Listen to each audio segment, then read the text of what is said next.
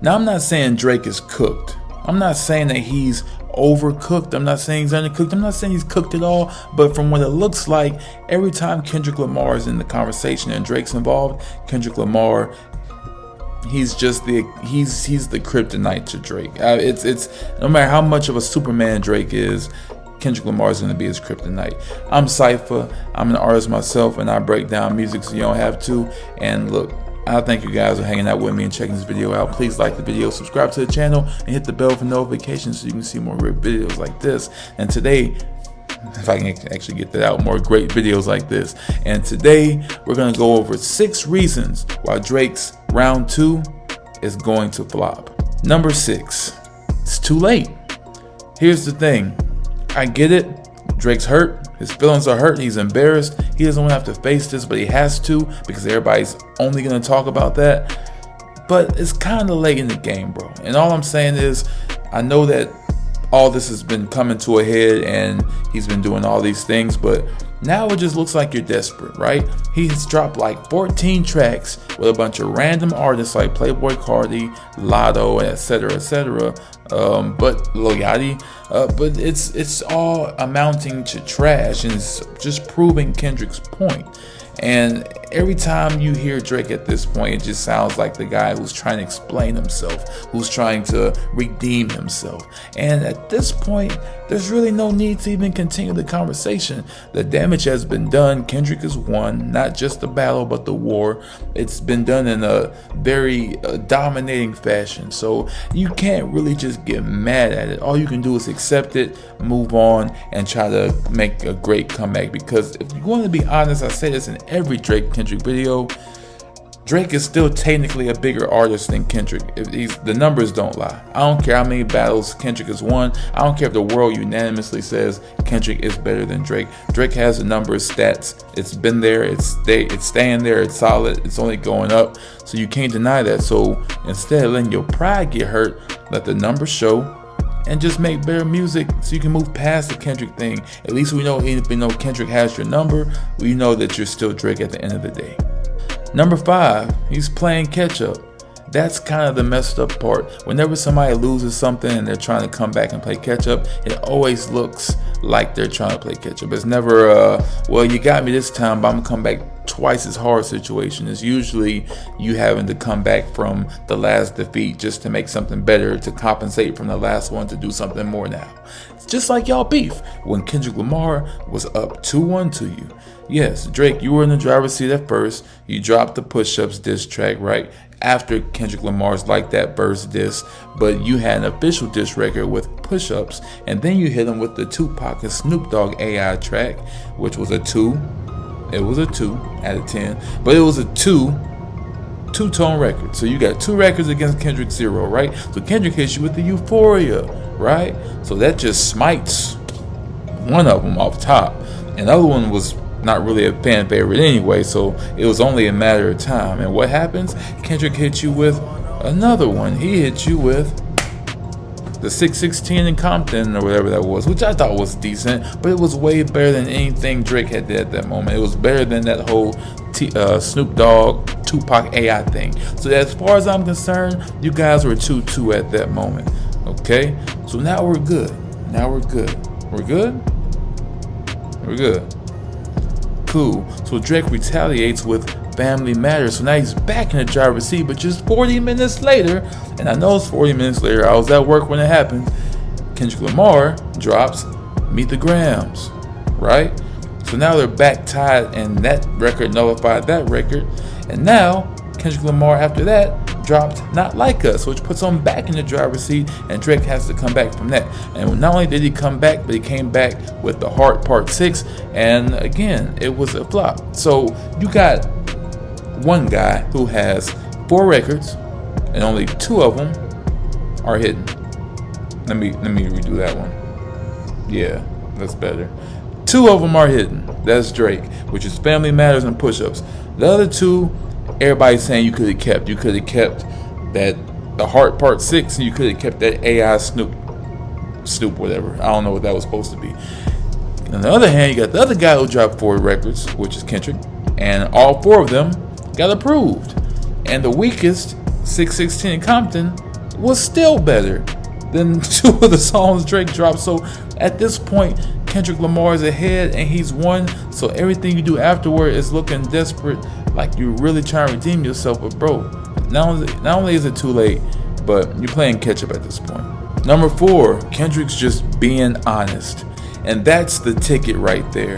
Kendrick's not saying nothing to defame Drake whatsoever. Technically not. He made the pedophile things a little strong, but he's still saying things that he's just being honest about. He's literally saying that you're still in our culture, that you're pretending to be something that you're not, that you're sensitive, that you take these things serious, and you turn into something personal. It didn't have to be personal. It's supposed to be a business thing, but you made it personal, and now it's personal. So Kendrick's just being honest. He's not saying nothing outlandish to where you're like, okay, you're telling a lie. You know what I'm saying? It's not true at all.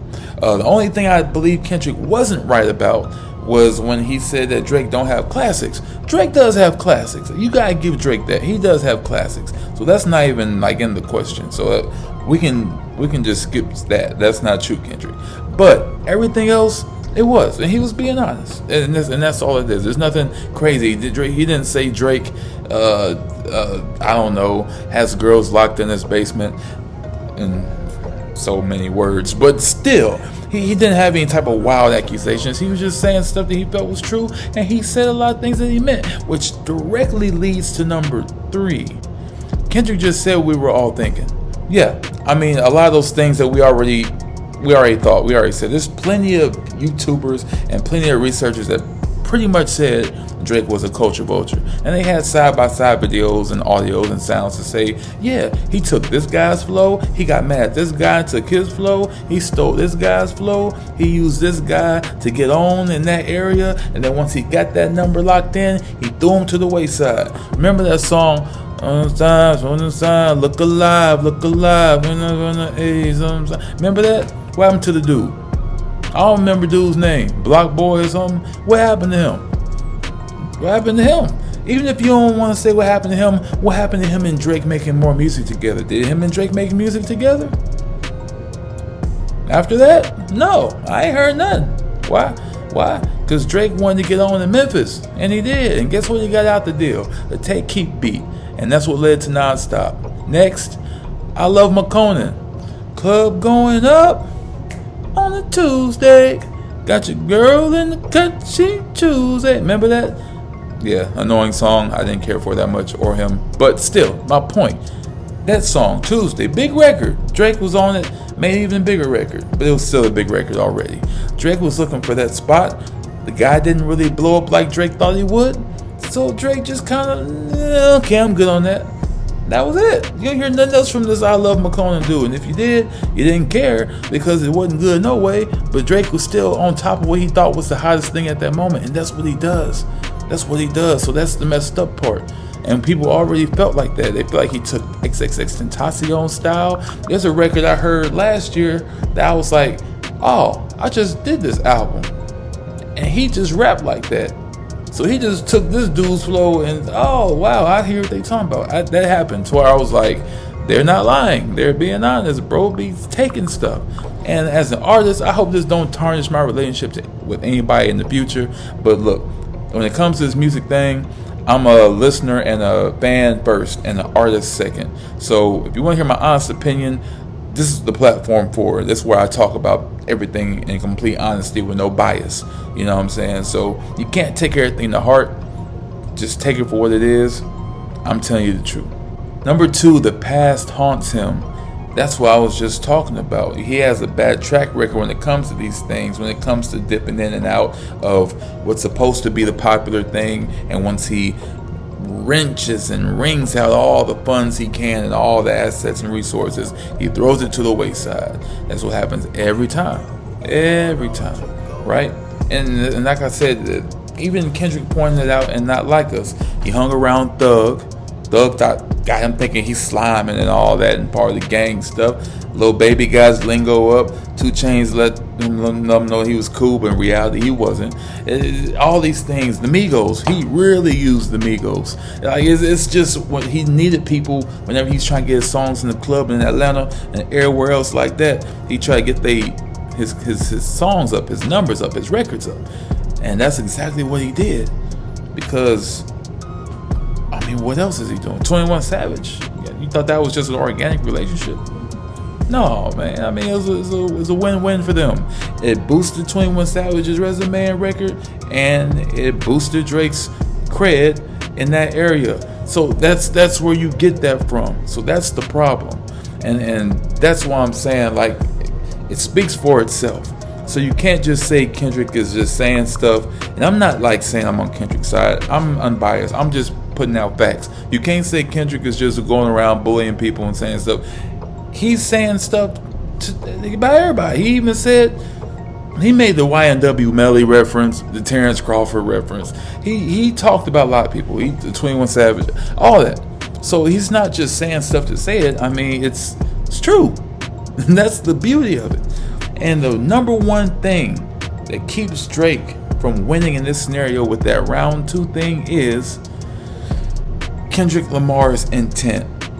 That's where it all gets buried. No matter what facts you have, no back and forth, no matter what you come up with, the fact is this: Kendrick Lamar's intent was to expose Drake, to simultaneously humiliate Drake by exposing Drake.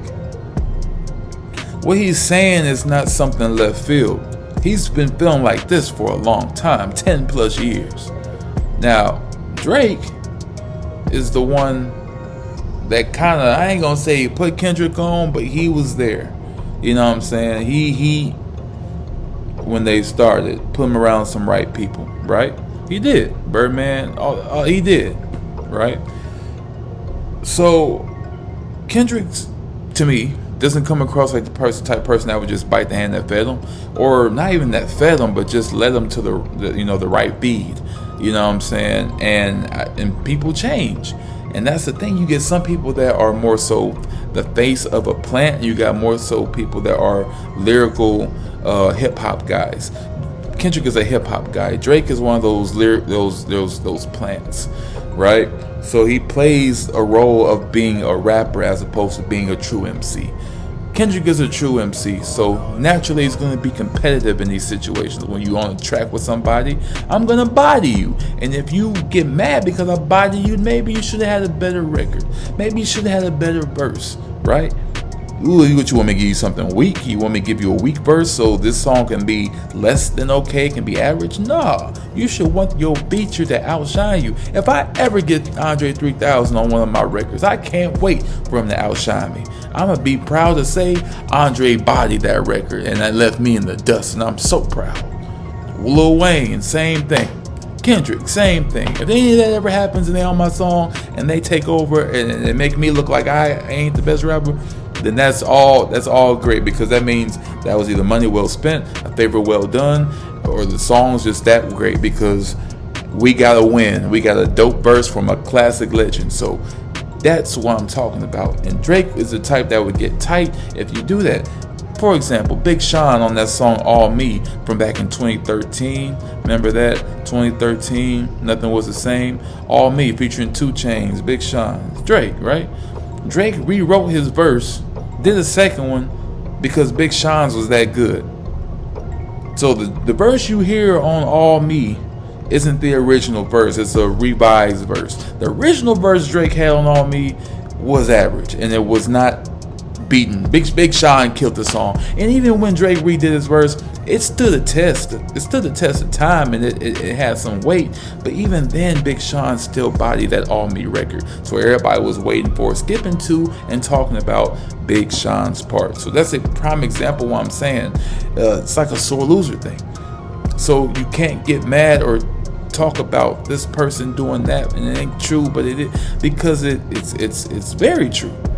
Kendrick is saying things that, like I said, artists and just the casual listener have noticed and want people to know, without people getting all tight like, oh, you just hate on Drake. No, nobody hating on Drake. It just is what it is. It is what it is. So that's all I'm saying about it, man. That's all that came about. Those are my 6 reasons. Hopefully this thing comes to an end in some way, because I'm not just necessarily tired of talking about it, but that seems to be the only thing that the hip hop and the internet community really cares about. But you can't get mad at them for that, because nothing else is really going on either. So hopefully we can get a wrap up and conclusion to this. Hopefully we can get some good music out of this, like we just did earlier this year, because that was brilliant. They pretty much had an EP out against each other, and this time maybe we can get some albums. Get that Kendrick Lamar album, Drake album. Both guys are talented, very skilled, gifted. Let's get some good music coming out of it, right? Because my playlist is looking dry, especially when it comes to new stuff. All my stuff is old now. It's 2000s, 1990s. It's throwbacks for me. I ain't got no new playlists or new songs.